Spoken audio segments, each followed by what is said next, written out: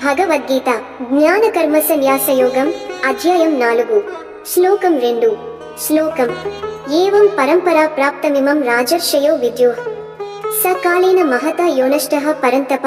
అనువాదం: ఈ విధమైన యోగం పరంపరగా వచ్చినది, రాజర్షులు దానిని గ్రహించారు, కాని ఓ పరంతప, కాలగమనంతో ఆ యోగం నశించింది.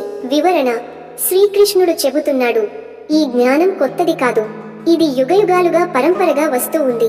మహర్షులు, రాజులు, రాజర్షులు ఈ జ్ఞానాన్ని ఆచరించి ప్రజలకు మార్గదర్శకులయ్యారు. కానీ కాల ప్రభావం వల్ల ఈ జ్ఞానం కొంతకాలానికి మసకబారింది. నిజమైన సత్యం మరుగున పడింది. అర్జునుడు ఈ సత్యాన్ని తిరిగి పొందే అవకాశం పొందుతున్నాడు.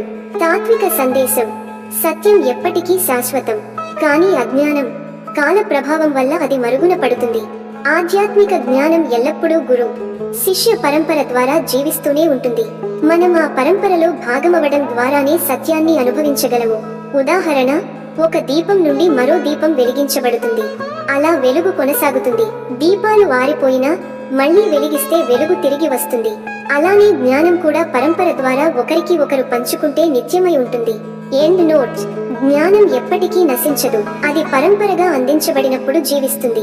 మనం ఆ పరంపరలో భాగమైతేనే సత్యాన్ని గ్రహించగలము.